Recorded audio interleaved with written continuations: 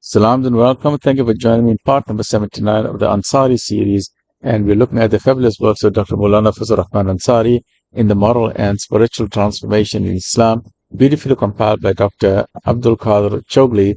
And you can get copies of the books from the Ahsan Academy of Research in Springs in South Africa or from Shelfcraft from Sutherland Ridge in Pretoria in the Gauteng province of the beautiful country of South Africa, of which I am a citizen. Alhamdulillah, I'm born in South Africa, I live in South Africa, I love South Africa, and I support the GNU. We say the government of national unity. May Allah subhanahu wa ta'ala guide the entire government of national unity to what? To Deen al-Islam. That is my dua. That is my dua. That everyone on the GNU must become Muslim. We need Islam to start from here, from the African continent. We need the light of Islam to spread throughout the GNU, throughout our nation here, to find the truth, to find the haqq. And that is my dua, and you must say Ameen to the dua, because then we can have peace, we can have prosperity.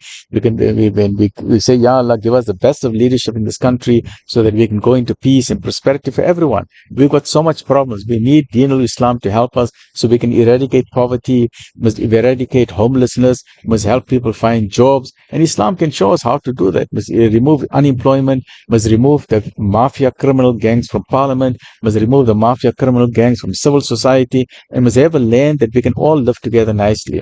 The white man, the black man, the Indian, the colored, the Malay, the various foreign people who are here living together with us, they have brought their skills. We have foreign doctors who are here. We've got foreign scientists who are here. We've got foreign business people who are here. We want to live beautiful with everyone, because we are a nation. We have shown the rest of the world that we came from a difficult past of apartheid, but today we are united. And this is what Islam is teaching us, the concept of unity. We don't want to be a fractured society. If we find some people in South Africa suffering, we need to feel sad for it. I feel very sad when I see that South Africa has got one of the highest crime rates in the world, and we've got one of the highest murder rates in the world. We've got one among the highest rape rates in the world. We've got among the highest HIV/AIDS rates in the world. We've got so high teenage pregnancy. We've got promiscuity. We have youngsters, and it's very sad.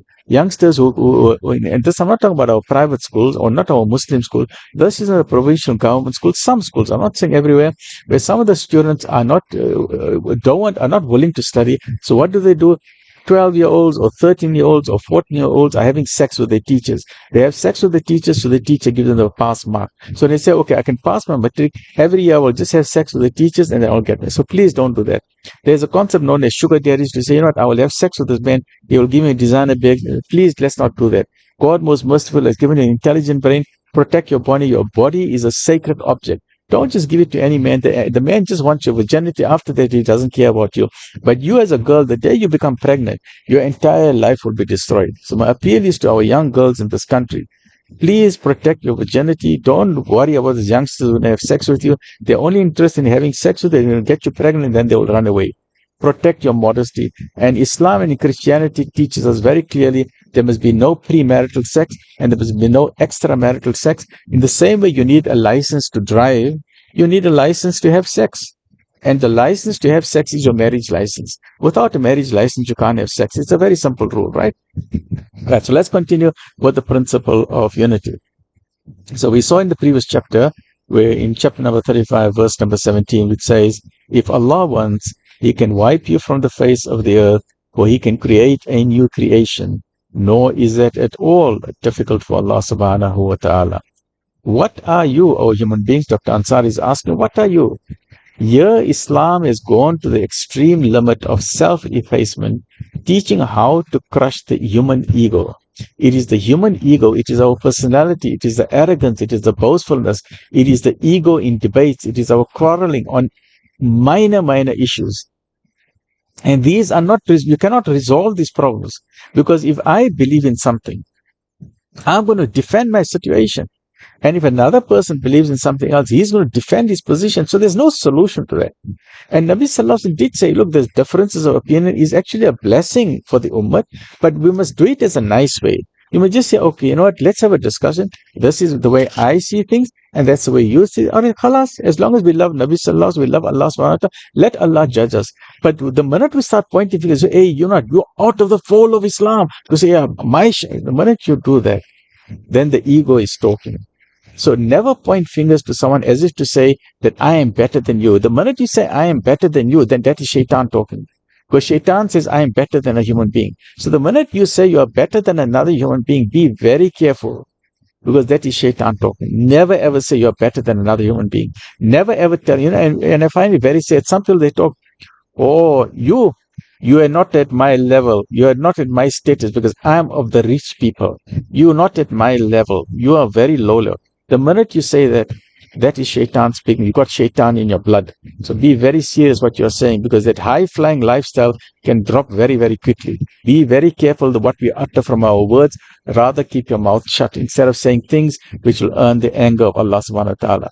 Right? So theological bickering breaks the bond of brotherhood, and that's what fractures the unity, as what we read in the Quran in chapter number 22, verse number 6, which says, Allah is the truth. If you want to seek truth, find it. If Allah is the truth, where will you find the truth? The truth is the Quran. So please get a copy of the Quran. It doesn't matter what your religion is. Quran is not only for Muslims. Quran came for all of mankind. It is from God most merciful. So God most merciful will ask you, I've sent you the final copy of the Quran. The Quran is not hidden on a Mount Everest. The Quran is not hidden on the planet Mars. The Quran is not on Jupiter. The Quran is not on the moon. The Quran is available. And today with internet technology, you have the availability of the Quran. And I'm sure you know of a Muslim. If you want to get a copy of the Quran, speak to any Muslim. If you know of a friend, or contact any mosque, or contact any organization, contact the Ahsan Academy of Research, they will give you a copy of the Quran. Contact Shelfcraft, they will give you a copy of the Quran. Contact the Jama'at Ulama or the MJC, the Muslim Judicial Council in South Africa, or the United Ulama Council. Contact any Muslim school, contact any Muslim organization. They will be more than happy to give you a copy of the Quran. Take it, read it. What are you scared of? Are you scared to read the Quran? No, you are an intelligent person. Open it, read it. If you like it, you read some more. If you don't like it, put it one side. Just treat it out of respect and continue your own lifestyle. If you want to continue being a Christian, you continue being a Christian. If you want to continue being an atheist, there's no compulsion in religion. No one is forcing you to change your religion. No one is holding a gun to your head. All that I'm saying is that open the book and read it. It's like you're opening a book like called Shakespeare or Animal Farm, or what's it, The Grapes of Wrath by Steinbeck, or the beautiful book by, was it James Holden, A Town Like Alice, in Australia.